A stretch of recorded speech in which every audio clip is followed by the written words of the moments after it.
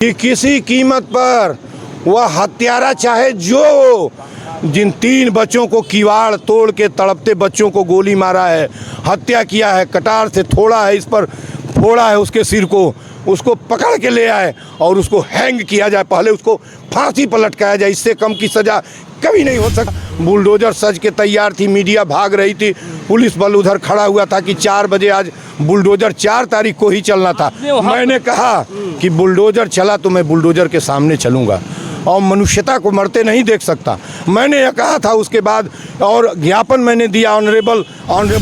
अब और यदि ब्राह्मण और यादव हुआ तो उसी फतेहपुर में चलूँगा, धान की खेत में खड़ा हो के दुनिया के सामने, और ये जातीय जहर जो घुल रही है ना, इसको ज़मीन में दफन करूँगा। नहीं कर रहे हैं मुट्ठी भरे चंद जो पॉलिटिशियंस हैं, ये क्रिमिनल्स हैं जिनका सत्ता पर कब्जा है, हिंदुस्तान का पतन कर रहे हैं। कि तब से लफंगे, बदमाश, आवारा, एक आध को छोड़ के चोर, बलात्कारी, क्रिमिनल, हत्यारे, ये सारे रिहर्सल करके प्रधान से लेके और बीडीसी, जिला पंचायत सदस्य, जिला पंचायत अध्यक्ष, ब्लॉक प्रमुख, एक से एक नामी गिरामी गुंडे क्रिमिनल हैं। और हैं कौन? और दूसरा क्या है, ये कुर्ता इनको फहराने दीजिए, ये इनको जो फहराते हैं फहराने दीजिए। नमस्कार, आप देख रहे हैं Indian news day.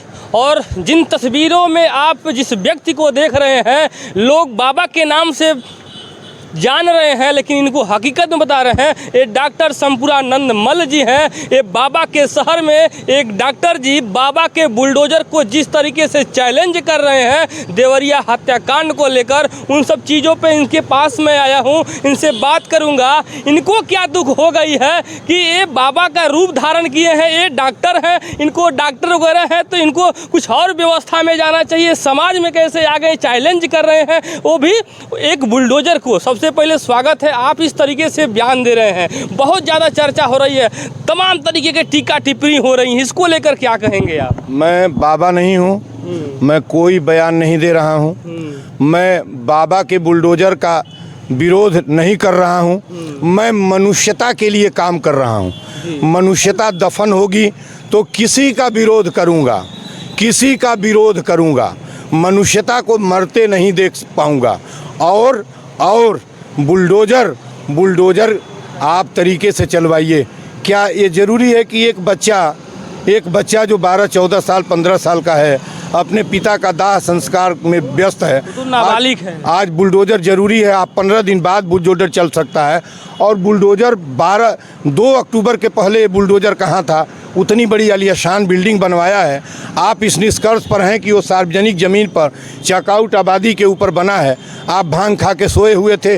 Revenue department जब जरीब गिरा के उसको कहा था कि ये बना लो, गांव का लेखपाल पैसे से और उसके पावर्स के अधीन आके, उसके प्रधानी और जिला पंचायत सदस्यता में आके, ये नेक्सस है दोनों का, गुंडों का है और पॉलिटिशियंस का नेक्सस है।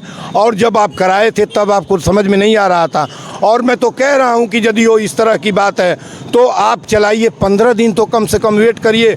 और मैंने ऑनरेबल सीएम साहब को भेज दिया है, इसको बहुत तूल न पकड़ाया जाए। मैं जानता हूं कि 15 दिन बुलडोजर नहीं चलेगा। यानी तो ये आप संपूरानंद कैसे ये विरोध कर रहे हैं जब कह रहे हैं 15 दिन बाद चलाइए? तो इसका विरोध करना, इसका मतलब क्या? कौन कह रहा? मैं तो जाके जब कहा हूँ, जिस दिन मैं 4 को गया था, बुलडोजर सज के तैयार थी, मीडिया भाग रही थी, पुलिस बल उधर खड़ा हुआ था कि 4 बजे आज बुलडोजर 4 तारीख को ही चलना था। मैंने कहा कि बुलडोजर चला तो मैं बुलडोजर के सामने चलूँगा और मनुष्यता को मरते नहीं देख सकता। मैंने यह कहा था। उसके बाद और ज्ञापन मैंने दिया, ऑनरेबल सीएम को ज्ञापन दिया, रिस्पेक्टेड सेक्रेटरी होम को दिया, और रिस्पेक्टेड डीएम साहब और कप्तान साहब की ओर से दिया, और ऑनरेबल सीएम को दिया था। और मैं जानता हूं कि सीएम साहब कम से कम जोगी हैं, और वो 15 दिन नहीं, वो जांच कराएंगे। और बुलडोजर 15 दिन तो नहीं चलेगा। और बुलडोजर 15 दिन के अंदर चल गया, उस बच्चे के घर पर चला, तो मैं उसी गांव में चलूँगा। मतलब अब तो रेट वगैरह उनको चिन्हित कर दिया गया है। तो क्या हुआ? चिन्हित कर दिया गया। अब रेवेन्यू डिपार्टमेंट अपना काम नहीं करेगा। मैं देख रहा था वहाँ हुजूम दौड़ रहा था, पुलिस दौड़ा रही थी, क्यों नहीं अपना आप जो कि वहाँ लाइन खींच देने का मतलब उसको ध्वस्त कर देना थोड़ी ना होता है। नाप जोख होना ही चाहिए। 3 तारीख को ही वहाँ जरीब गिर गई थी।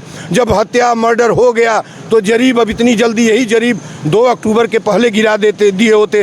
ये मीडिया वाले न जाने क्यों इतना बढ़ा चढ़ा के कर रहे हैं। क्या इतना बढ़ाने चढ़ाने की ज़रूरत है यार? बुलडोजर का विरोध करिए, अमनुष्यता का काम है। बिल्कुल विरोध होना चाहिए, उन लोगों पे चलना चाहिए जो भ्रष्ट लोग हैं, भ्रष्ट अधिकारी, भ्रष्ट नेता लोग हैं, ऐसे लोगों पे चलना चाहिए। लेकिन मैं मानता हूँ संपूरानंद जी वहाँ पे गए थे, मौके पे गए थे, जब आप देखा तो उसमें दोष किसका निकला? संपूरानंद जी देखे तो हकीकत में दोष किसका निकला? मैं वहाँ दोष देखने और कागज पत्तर मेरे पास नहीं था, ये कुछ करने नहीं गया था।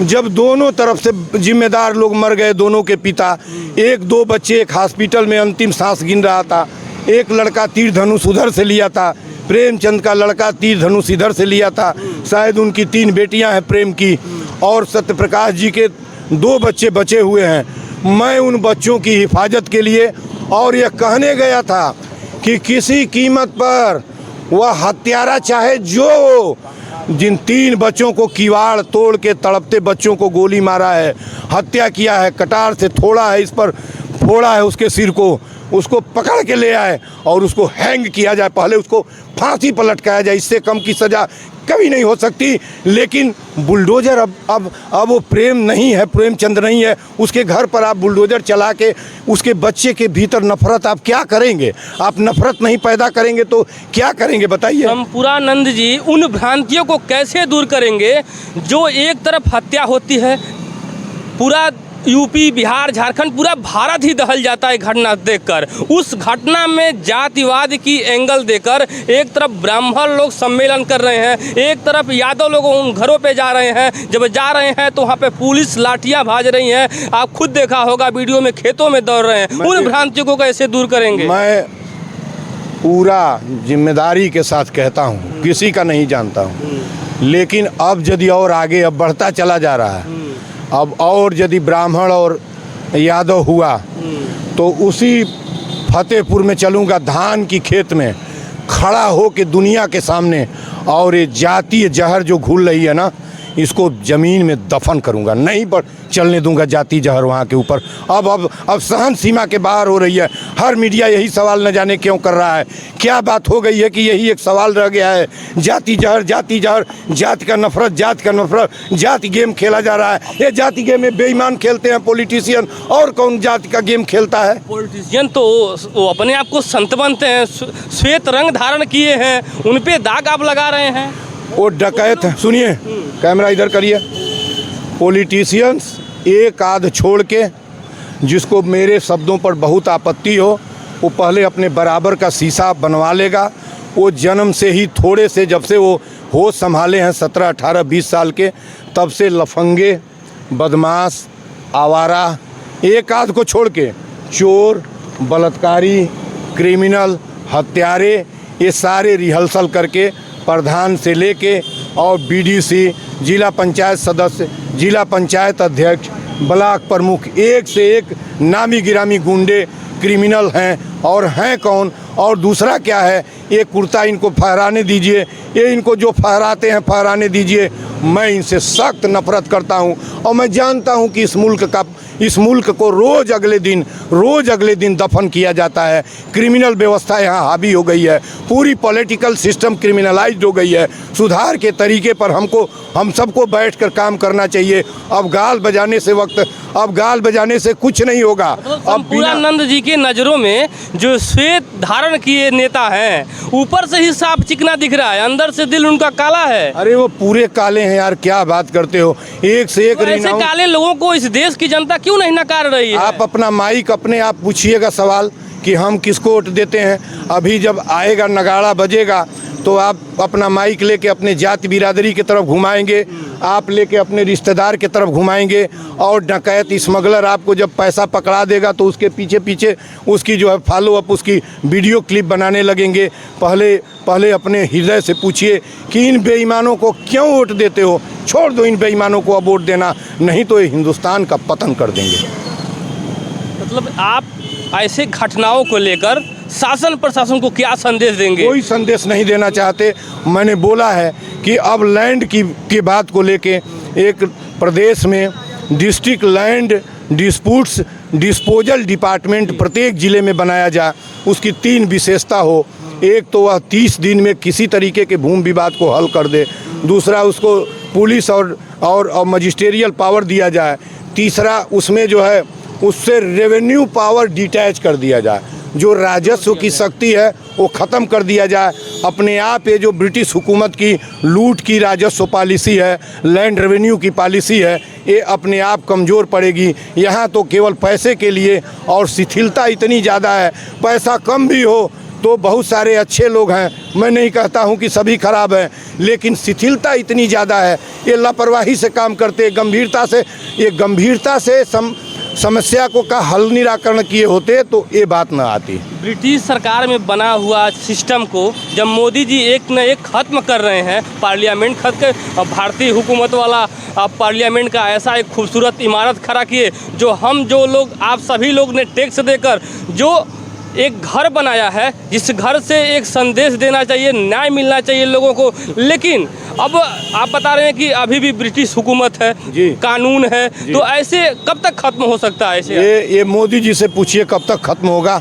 वो जो आप दावे कर रहे हैं उनसे खत्म करिए। सबसे पहले सदन में चोरों को, सांप्रदायिकता फैलाने वालों को, हिंदू मुस्लिम नफरत फैलाने वालों को, जाति का जहर घोलने वालों को, लुटेरों को और क्रिमिनल्स को सबसे पहले टांग पकड़ के खींचिए, उनको जाने न दीजिए। यदि आप इस भारत को, इस सुनहरे देश को, एक अच्छे से देश को बुद्ध, कबीर, नानक, विवेकानंद, गांधी के मुल्क को बचाना चाहते हैं, APJ अब्दुल कलाम के मुल्क को बचाना चाहते हैं, और एक महानतम न्यायाधीश, 21वीं सदी के दूसरी तीसरी दहाई के 2 महानतम जस्टिस इस समय इस देश में आए हैं, जो आने वाले भविष्य के लिए हमारी पीढ़ियां उनको हमेशा याद करेंगी। NV रमन और जस्टिस DY चंद्रचूड़ जैसे लोगों को अब इस समय बचाने की, इनकी हिफाजत करनी है। और हम ऐसे मुल्क में, इन लोगों के मुल्क में रहते हैं, हम रतन जी टाटा के मुल्क में रहते हैं, हम अन्ना हजारे के मुल्क में रहते हैं। ये नफरत क्यों फैला रहे हैं आप? ये सत्ता की भूख आपकी क्यों नहीं मिट रही है? ये सारा गेम सत्ता की भूख के लिए हो रहा है। सत्ता की भूख ना हो तो कुछ नहीं होगा। ये कोई इस तरह का क्राइम नहीं होगा। ये सत्ता के भूखे भेड़िए हैं। मतलब आपके नज़र में सारे लोग भेड़िए हैं? मैं सारे लोगों का बात कहता ही नहीं, मैंने अच्छे लोगों का नाम गिनाया अभी आपको। मनमोहन महापुरुष है, समझ लीजिए, बहुत सारे महापुरुष हैं, बहुत सारे नहीं, बहुत सारे यहाँ भी महापुरुष हैं जिनको हम आप नहीं जानते। और किसान और मजदूर वही महापुरुष है इस देश का, जिससे कोई मतलब नहीं है। काम करते दिन भर उसके फेफड़े बेदम हो जाते हैं, अतड़ियाँ जवाब दे देती हैं, वो रात में मरा हो जाता है। और कैसी बात कर रहे हैं? मुट्ठी भरे चंद जो पॉलिटिशियंस हैं, ये क्रिमिनल्स हैं जिनका सत्ता पर कब्जा है, हिंदुस्तान का पतन कर रहे हैं।